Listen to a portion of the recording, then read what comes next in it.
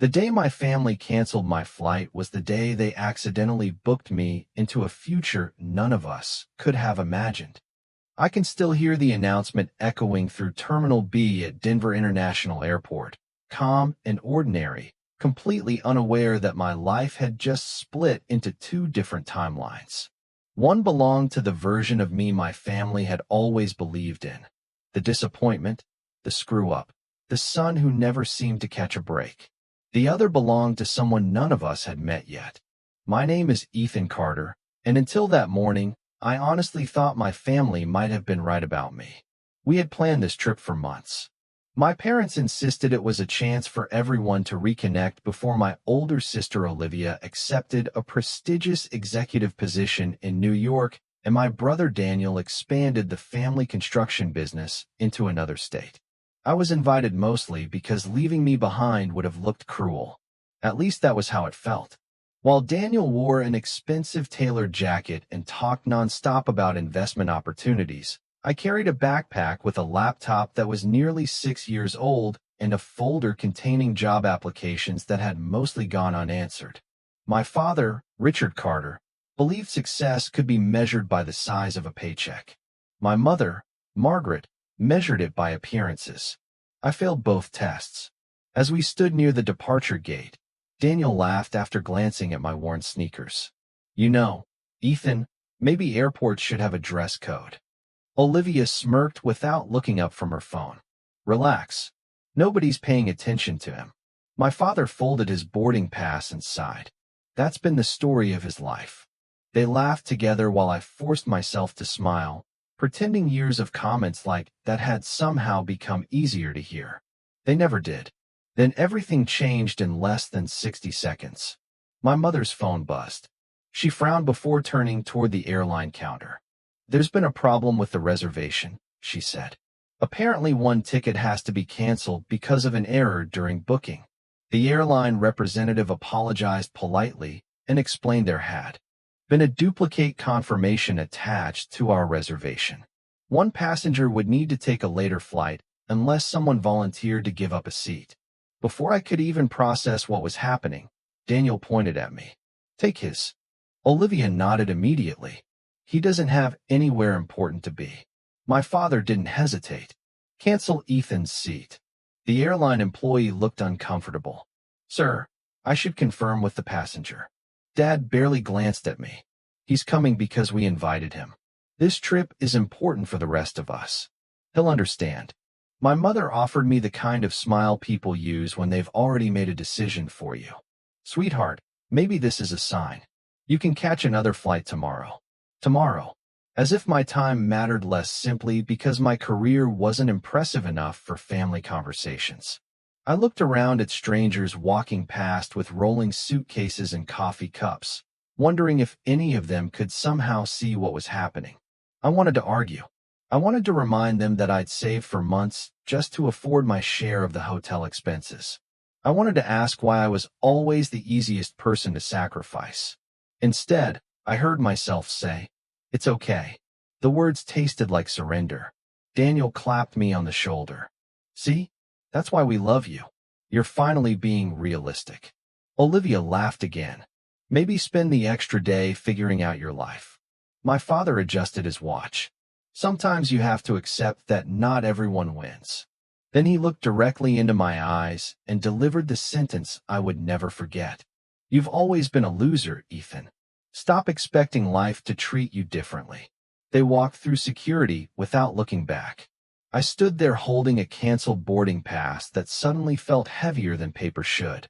Through the giant windows overlooking the runway, I watched their plane begin to taxi toward the horizon. For a long moment, I believed they had taken my future with them. I had no idea that staying behind was the greatest opportunity one would ever receive. For several minutes after the plane disappeared into the clouds, I remained frozen beside the wide terminal window, watching nothing but empty sky.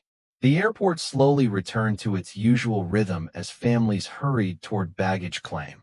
Business travelers rushed to rental cars, and children laughed over souvenirs from the gift shops. Life continued exactly as it had before, except mine suddenly felt as though it had been placed on pause.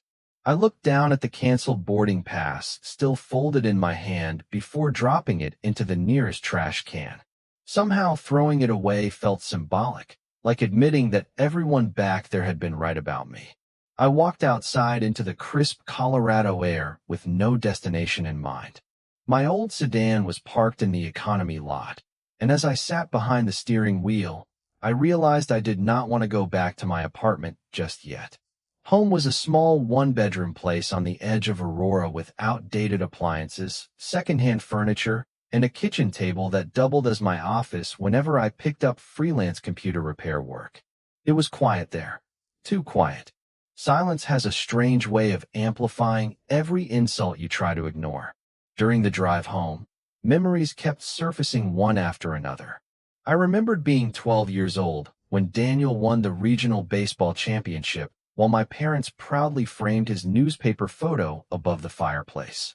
That same week, I had won first place at the state science fair, but my project spent months leaning against the garage wall because nobody remembered to bring it inside. I remembered Olivia graduating with honors from business school while relatives filled the house with flowers and balloons. 2 years later, when I earned my software engineering degree from a smaller university after working night shifts to pay tuition, my father simply nodded and asked whether employers actually respected that school. Even when I landed my first technology job, the startup collapsed less than a year later during an economic downturn. To my family, that was not unfortunate timing. It was proof that I always chose the wrong path. Every setback became evidence that I lacked ambition instead of simple bad luck. Every accomplishment was dismissed as temporary. Eventually, I stopped defending myself because no explanation ever changed their minds. By the time I reached my apartment complex, the afternoon sun had begun to sink behind the buildings. My phone buzzed just as I unlocked the front door. For one hopeful second, I thought someone from my family might have called to apologize. Instead, it was a message from Daniel. He had sent a selfie from the airport restaurant after their layover. Olivia and my parents were smiling behind him with oversized sandwiches and expensive coffee drinks. The caption read, "Family vacation officially starts now. Maybe next time you will earn your seat." I stared at the screen until it went dark. There was no anger left inside me, only exhaustion. I tossed my backpack onto the couch and opened my nearly empty refrigerator. Half a carton of milk, eggs, leftover pasta, and a bottle of mustard stared back at me. Payday was still 4 days away. I cooked the pasta anyway, eating quietly while scrolling through another list of job postings that all seemed to require 5 years of experience for entry-level salaries. One rejection email after another filled my inbox. "Thank you for applying. We have decided to move forward with other candidates. We wish you success in your future endeavors." The words blurred together until they sounded identical. Around 7 that evening, I closed the laptop and rubbed my tired eyes. Maybe my father had been right. Maybe I had spent too many years believing persistence would eventually pay off. Maybe life simply rewarded people who were already ahead. As I stood to wash the dishes, my phone rang again. This time it was an unfamiliar number with a Denver area code. I almost ignored it, assuming it was another spam call, but something told me to answer. "Hello," I said cautiously. There was a brief pause before a calm, confident woman's voice replied, "Good evening. Am I speaking with Ethan Carter? I believe we met very briefly at the airport this afternoon, although I am not sure you realized who I was. I was hoping you might have a few minutes because I would like to ask you a question that could change both of our lives." My grip tightened around the phone as I searched my memory for where I might have seen her. The voice was composed, warm without being overly familiar, and carried the quiet confidence of someone accustomed to making important decisions. I frowned. "I am sorry, but I think you have the wrong person." She gave a soft laugh. "Actually, I do not. About 4 hours ago, you helped me pick up a folder after someone accidentally knocked it onto the floor near gate B22. You gathered every document before boarding had even started again. Most people walked past. You stopped." The memory returned instantly. While my family had been arguing with the airline representative, an elderly woman had stumbled when another traveler rushed by. A thick leather folder had slipped from her hands, scattering papers across the polished floor. Everyone nearby had been too distracted to notice. I had knelt down, collected every page in order, and handed the folder back with a smile before returning to my own problems.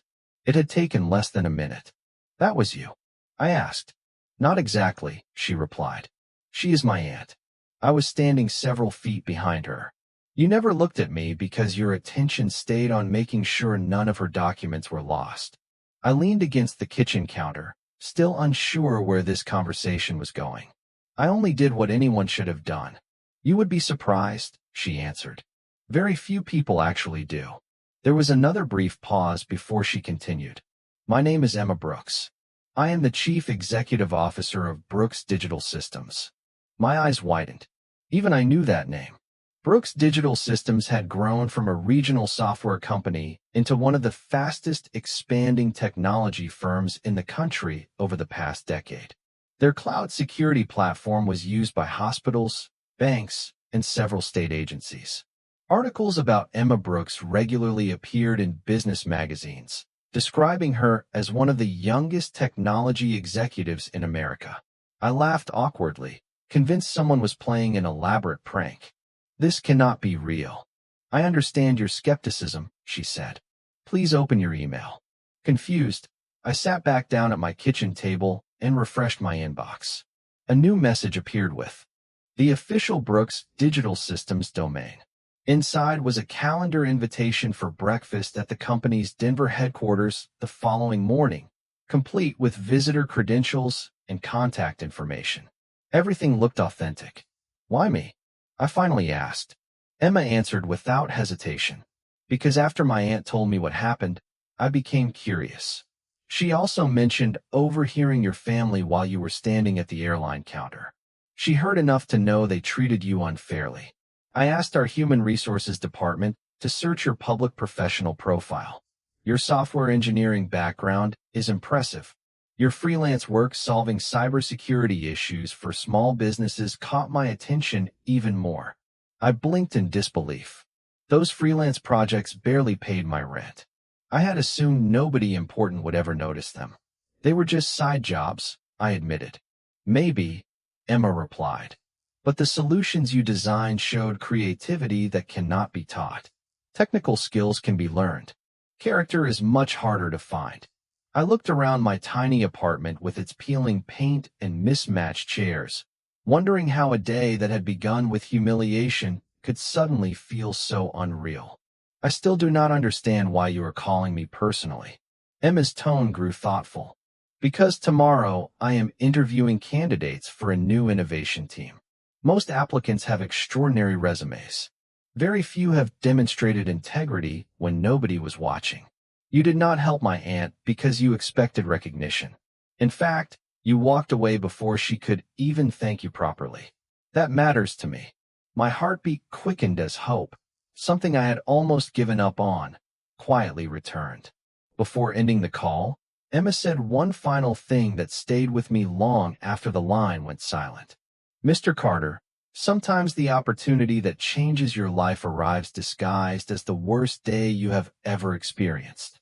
I hope you will accept my invitation because I have a feeling tomorrow is going to surprise both of us." I barely slept that night. Every time I closed my eyes, I expected to wake up and discover the phone call had been nothing more than an exhausted dream. By 6:30 the next morning, I was already standing outside Brooks Digital Systems, a 20-story glass building reflecting the first light of sunrise across downtown Denver. Employees carrying coffee cups streamed through the revolving doors with quiet confidence while I stood on the sidewalk adjusting the only suit I owned, one I had purchased secondhand for college interviews years earlier. I checked my reflection in the polished window and smiled nervously. It was not perfect, but it was clean, pressed, and the best I could do. Inside the lobby, the receptionist smiled the moment I gave my name. "Good morning, Mr. Carter. Ms. Brooks is expecting you." Hearing those words felt surreal. Moments later, I was escorted to the executive floor where floor-to-ceiling windows overlooked the city skyline. Emma Brooks greeted me with a firm handshake and the same calm smile I remembered from the airport. "Thank you for coming," she said. "I appreciate people who show up early." I laughed softly. After yesterday, I did not want to risk being late. She nodded knowingly before leading me into a conference room unlike any I had ever seen. Instead of immediately discussing my resume, she placed a tablet on the table and opened a presentation showing several cybersecurity incidents that had challenged the company over the previous year. "Forget interviews," she said. "I would rather see how you think." For nearly an hour, we discussed software architecture, network vulnerabilities, and practical ways to improve system resilience. She interrupted often, not to challenge me, but to ask deeper questions. Whenever I explained an idea, she encouraged me to build on it instead of cutting me off. It was the first professional conversation I had ever experienced where someone genuinely seemed interested in what I had to say.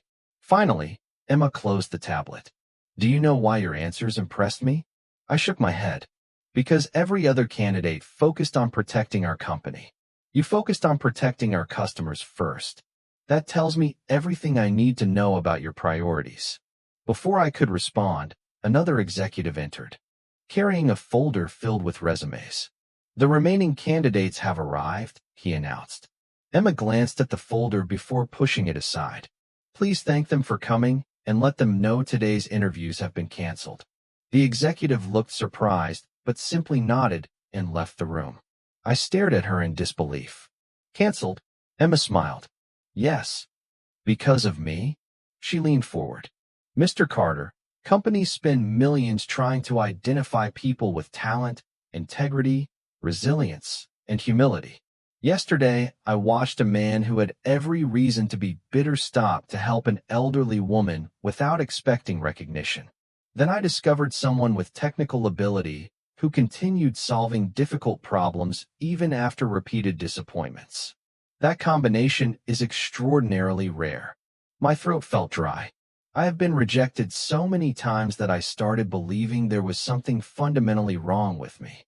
Emma's expression softened. "There was never anything wrong with you. You were simply surrounded by people who only measured visible success. They never noticed the qualities that take longer to reveal." She opened a leather portfolio and slid a document across the table. My hands trembled as I read the first page. It was a formal employment offer for the position of Senior Innovation Architect, complete with a salary that was more than 3 times anything I had ever earned, comprehensive benefits, relocation assistance if needed, and the opportunity to lead a newly created research division. I looked up, convinced there had to be some mistake. "You cannot possibly know whether I deserve this after one conversation." Emma smiled confidently.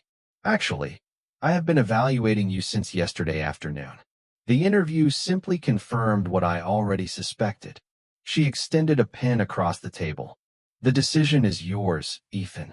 But I believe you have spent far too many years asking other people to tell you what you are worth. It is time you started deciding that for yourself." The first few weeks at Brooks Digital Systems felt less like starting a new job and more like learning an entirely different way of seeing myself. Every morning I walked through the glass entrance expecting someone to stop me and explain that there had been a terrible misunderstanding.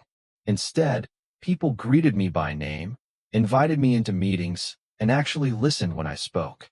It was an unfamiliar feeling. For years I had been the person whose ideas were ignored until someone else repeated them.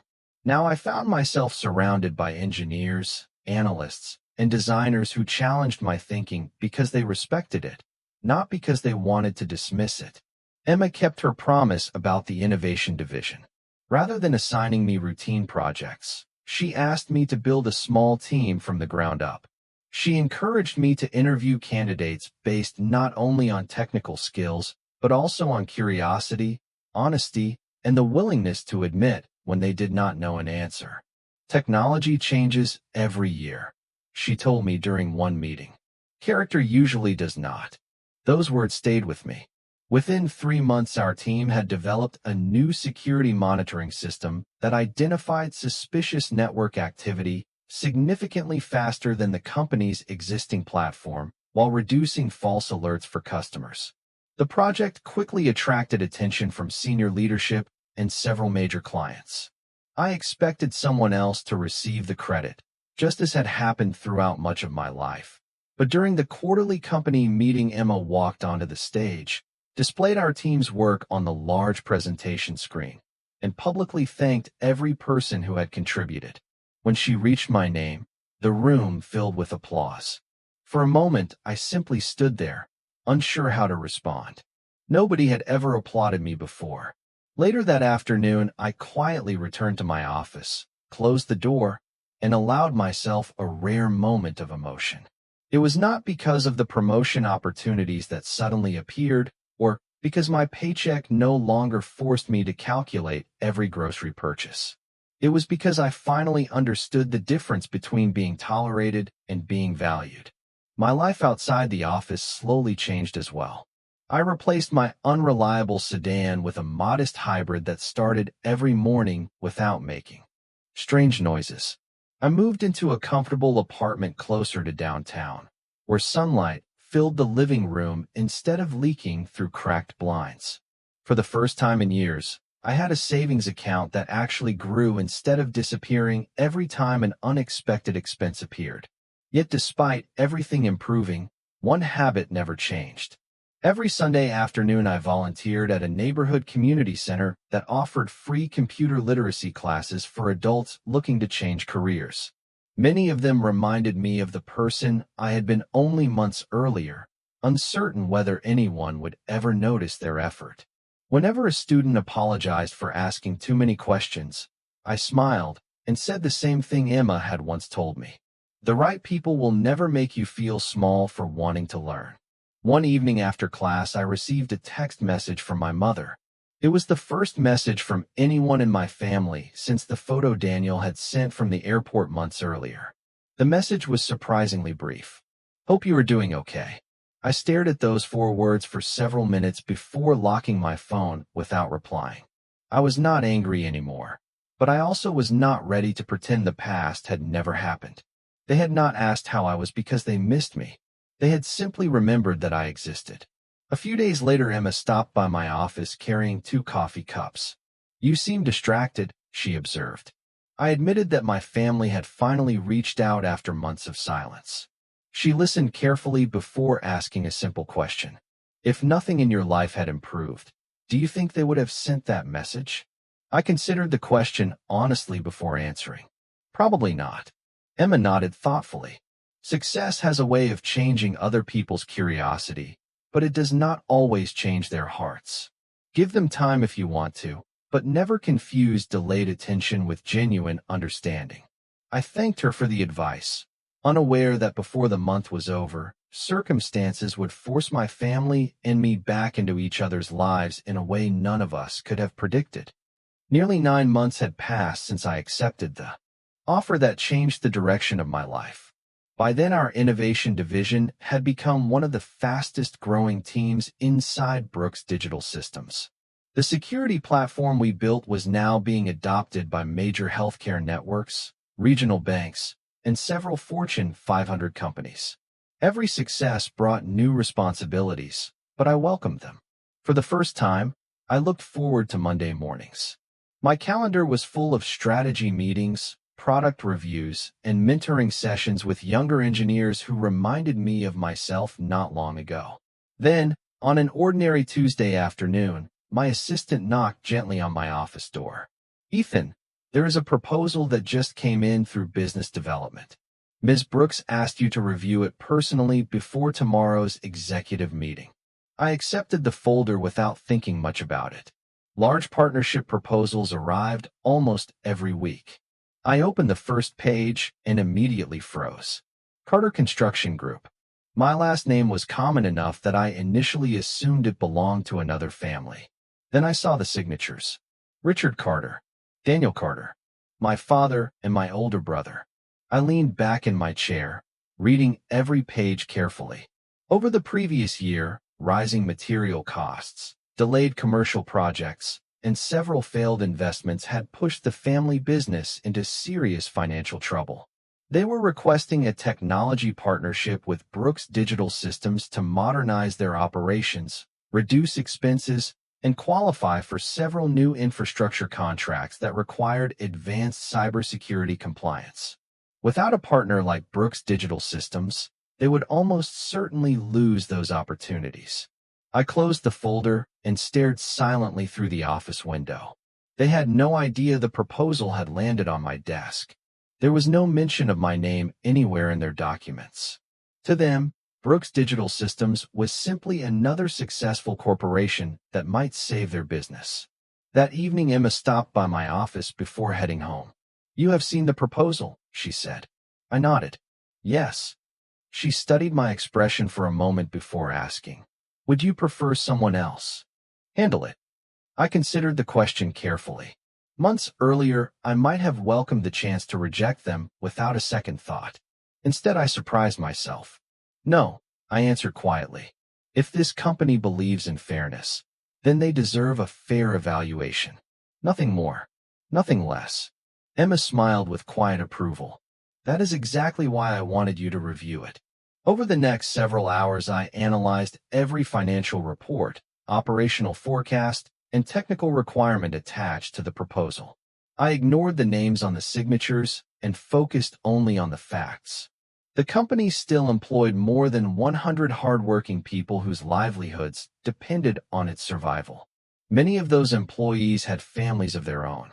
Rejecting the proposal simply because of personal history would punish people who had never wronged me. At the same time, approving it without careful scrutiny would betray the standards I expected from everyone else. By midnight, I had completed a detailed recommendation.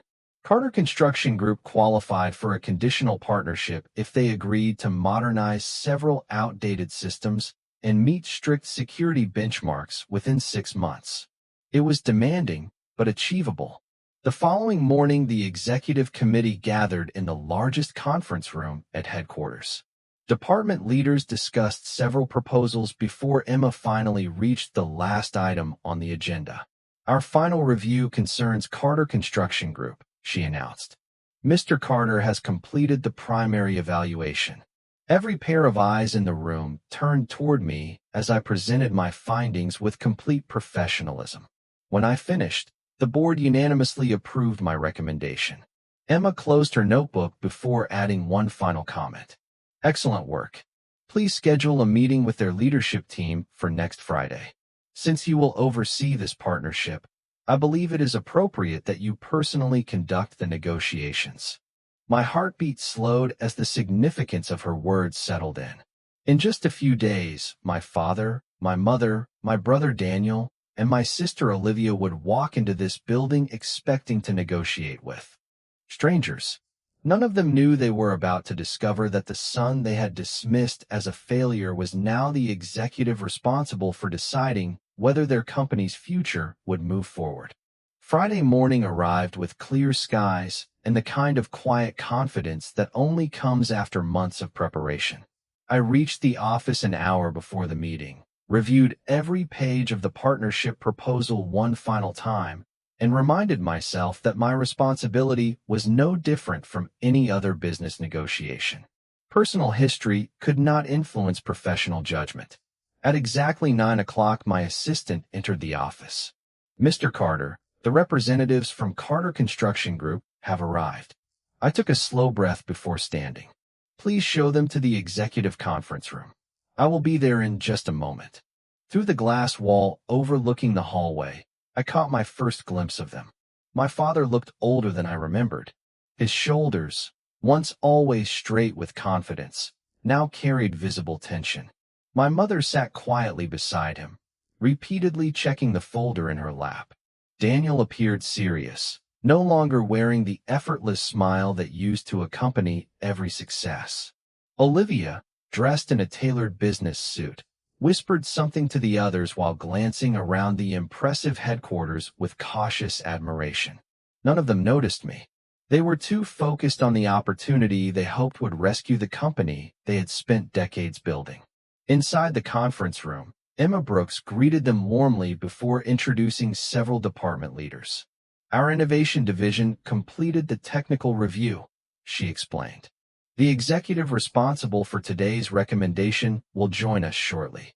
My family nodded politely, expecting another unfamiliar corporate executive.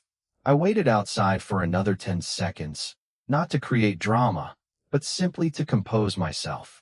Then I opened the door and walked in carrying the same leather portfolio I had used throughout the week. The room became completely silent. My father looked up first. Confusion crossed his face before recognition slowly replaced it. My mother blinked twice as though she believed she was imagining things. Daniel actually leaned forward in his chair, staring without saying a word. Olivia quietly whispered my name before covering her mouth with one hand. "Ethan," she said almost inaudibly. I smiled politely. "Good morning, everyone. Thank you for coming." Nobody answered. Emma broke the silence with complete professionalism. "Allow me to introduce Ethan Carter, Senior Innovation Architect and Director of Strategic Security Partnerships. He led the evaluation of your proposal and will be overseeing this project if it moves forward." My father's expression shifted from disbelief to embarrassment so quickly that I almost felt sorry for him. "You work here?" he finally managed to ask. "Yes," I replied calmly. "I have been with Brooks Digital Systems for several months." Daniel looked around the room as though waiting for someone to explain that this was some elaborate misunderstanding. "You are leading this meeting?" "That is correct." My mother lowered her eyes to the table, unable to meet my gaze. Olivia spoke next, her voice noticeably softer than I had ever heard it. We did not know." I nodded gently. "I understand." There was no satisfaction in seeing their shock. What I felt instead was an unexpected sense of peace. Months earlier, I had imagined this moment many different ways. In every version, I confronted them with anger or reminded them of everything they had said. Yet standing there now, I realized I no longer needed their approval to feel successful. Emma invited everyone to begin the presentation, and the meeting proceeded exactly as every other executive discussion at Brooks Digital Systems. I reviewed their operational challenges, highlighted both strengths and weaknesses, and explained the conditions required for approval. I never mentioned the airport. I never mentioned the canceled flight. I never repeated the words they had once used to define me. When the presentation ended, my father slowly cleared his throat. "Mr. Carter," he began before stopping himself with a sad smile. Ethan, I do not know what to say." I closed the portfolio and answered with quiet sincerity. "Today is not about the past. Today is about whether this partnership makes sense for both organizations." The board members appreciated the professionalism, and after a brief private discussion, they voted unanimously to approve the conditional agreement. As everyone stood to shake hands, my family remained seated for several seconds, still trying to understand how the son they had underestimated had become the person holding open the very door they desperately needed to walk through. After the board members left the conference room, only Emma, my family, and I remained. The silence felt completely different from the one at the airport months earlier. Back then I had been invisible. Now no one seemed able to find the right words. Emma looked at me for a moment before gathering her notes. "I have another meeting downstairs," she said politely. "Take all the time you need." As the door closed behind her, my father slowly stood from his chair. For the first time in my life, Richard Carter seemed uncertain. The man who had always spoken with absolute confidence now searched for words that refused to come easily. "Ethan," he finally said, "I owe you an apology." My mother nodded immediately, her eyes already filled with regret. "We all do." Daniel looked down at the conference table before speaking. "I spent years believing success made me better than everyone else. I thought I was pushing you to be stronger, but looking back, I was just making excuses to feel superior." Olivia quietly added, "I laughed when I should have defended you. I kept telling myself it was only harmless teasing, but it was never harmless to the person hearing it." I listened without interrupting. Months ago, I had imagined this conversation countless times. I had rehearsed angry speeches during long drives home from disappointing job interviews. I had imagined reminding them of every insult, every comparison, every family gathering where I felt like an unwanted guest. Yet standing there now, none of those speeches seemed worth giving. My father took a slow breath before continuing. The day we left you behind at the airport has replayed in my mind more times than I can count. At first I convinced myself it was only a practical decision. Then I realized something much harder to admit. It was not about the flight. It was about how we had been treating you for years. That day simply exposed what had already become normal in our family. My mother wiped away a tear before speaking again. When your company contacted us to schedule today's meeting, we never imagined we would see you here. We thought we had lost our chance to fix what we broke. I looked around the room before answering quietly. You did not lose me because of one flight. You lost me little by little over many years.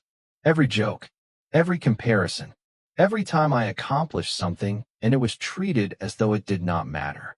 None of those moments seemed important by themselves, but together they convinced me that I would never be enough for my own family. Nobody tried to argue because they knew it was true. Daniel slowly stepped closer. Can you ever forgive us? I smiled gently, not because the question was easy, but because I finally understood the answer. Forgiveness and trust are not the same thing. I decided to forgive you months ago because carrying resentment was exhausting. But trust is rebuilt through actions, not words. That takes time. My father lowered his head. We understand. I continued. When your proposal arrived on my desk, I had every opportunity to reject it. Part of me even considered it for a few minutes. Then I remembered the employees depending on your company, the families counting on those paychecks, and the values this organization taught me. I approved the partnership because it was the right business decision, not because I wanted revenge or because I wanted your approval. My mother quietly asked, "Why are you being so kind after everything we did?" I answered with complete honesty. Because someone believed in me when I had almost stopped believing in myself. Emma taught me that real leadership is measured by how you treat people when you have the power to do otherwise. I do not want to become the kind of person who hurts others simply because I was once hurt. Tears rolled down my mother's face as she reached across the table and gently held my hand. For the first time in many years, nobody in the room was comparing accomplishments, salaries, or titles. We were simply a family confronting truths that should have been spoken long ago. As we walked toward the elevators together, I realized something unexpected. The greatest victory was never becoming more successful than the people who underestimated me. It was becoming someone who no longer needed to prove his worth to anyone. 3 years passed more quickly than I ever expected. Brooks' digital systems continued to grow, and so did the innovation division that Emma had trusted me to build from the ground up. The security platform our team created became one of the company's most successful products, earning recognition throughout the technology industry and creating opportunities for dozens of young engineers who only needed someone willing to believe in their potential. Carter Construction Group also changed. The partnership required difficult adjustments, long hours, and a willingness to abandon outdated habits. But my father and Daniel committed themselves to every requirement we had established. Their company gradually regained financial stability, won several major contracts, and most importantly, rebuilt its reputation through consistent work instead of empty promises. Our relationship changed just as slowly. There was no dramatic moment when everything suddenly became perfect. My parents did not erase years of painful memories with a single apology, and I did not pretend those memories had never existed. Instead, trust returned one small decision at a time. My mother began calling every Sunday, not to ask about promotions or salaries, but simply to ask how I was doing. My father stopped giving advice long enough to start listening.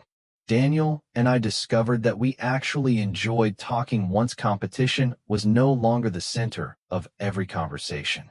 Olivia became one of the strongest supporters of the community technology program, where I continued volunteering, helping organize career workshops for students who could not afford expensive training courses. One autumn afternoon, our entire family gathered at the community center for its annual scholarship ceremony. As I stood on the stage introducing this year's recipients, I looked into the audience and noticed my father sitting quietly in the front row beside my mother. Years earlier, he would have judged success by the size of the building or the value of the contracts involved. That afternoon, he applauded just as enthusiastically for students receiving refurbished laptops and a chance to begin again. After the ceremony ended, a teenage boy approached me with his mother.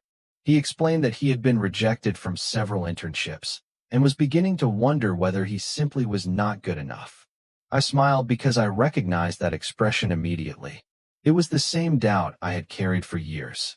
I placed a hand on his shoulder and said, "Someone else's opinion of your current situation is not a prediction of your future. Keep learning. Keep showing up. The right opportunity only has to appear once." As they walked away, my father quietly stepped beside me. "You know," he said with a thoughtful smile, "I wish someone had taught me that lesson when I was younger." I looked at him and replied, "It is never too late to learn it." He nodded, and for a moment neither of us needed to say anything else. Later that evening, we shared dinner together at my parents' house. The old family photographs still covered the walls, but something had changed.